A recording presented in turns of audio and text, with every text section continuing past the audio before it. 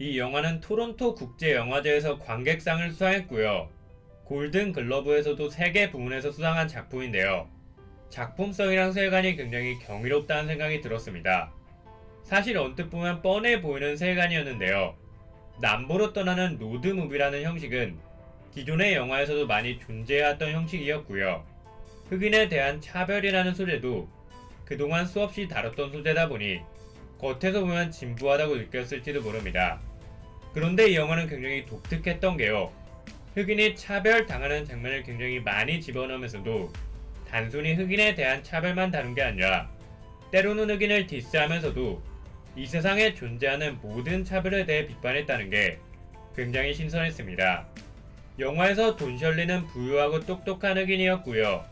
반면 토니는 가난하고 멍청한 백인이었습니다. 돈이 토니의 교양 없는 행동을 깔보는 모습은 상대방이 가지고 있는 문화적인 특성을 차별하는 행동이었고요. 토니가 돈 밝힌다고 무시당하는 장면은 경제적으로 차별당하는 장면이었습니다. 그리고 영화에서 돈 셜리가 백인 남자와 감옥에 들어가 있는 장면이 있었는데요. 이건 게이라는 이유로 수감된 장면이라서 성소수자에 대한 차별을 비판한 장면이라고 볼 수 있었습니다. 영화에서 돈 셜리는 무조건 흑인이라고 차별당한 게 아니라 자기 또한 백인인 토니를 차별하면서 세상엔 흑인만 차별당하는 게 아니라 타인을 바라보는 시선에 따라서 누구든지 차별에 대한 가해자가 될 수 있다는 사실을 가장 약자인 흑인을 통해서 이 위험성을 전달했다는 게 굉장히 신선했습니다. 그래서 영화 그린북은 엄밀히 말하면 인종차별에 대한 영화가 아니라 개개인이 가지고 있는 편견에 대해 비판한 영화였고요.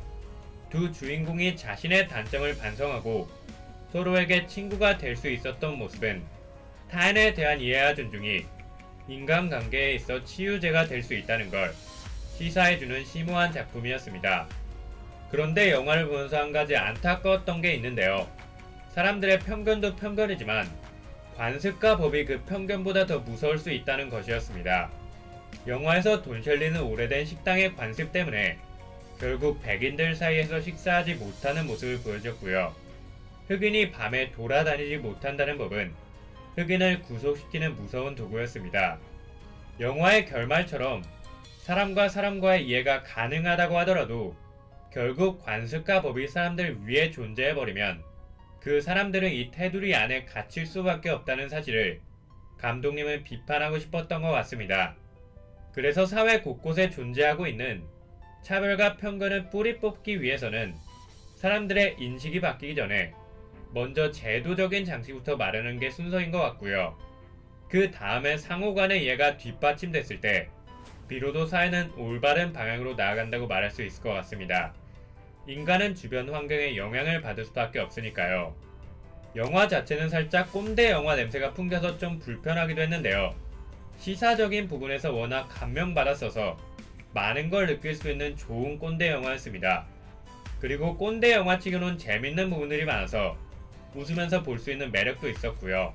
무엇보다 톤이랑 돈의 케미가 너무 잘 맞아서 배우 섭외를 진짜 잘했다는 생각이 들었습니다.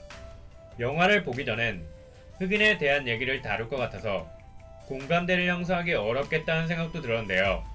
이 영화는 인간의 보편적인 특성에 대해 다루면서 미국인이 아니더라도 공감대를 형성하기 쉬웠다는 게 가장 큰 장점이 아닐까 싶었습니다. 심파적인 부분 없이 이 정도 퀄리티의 영화를 제작했다는 게 놀라웠습니다. 오랜만에 분석할 때 저를 흥분시키는 영화를 만났네요.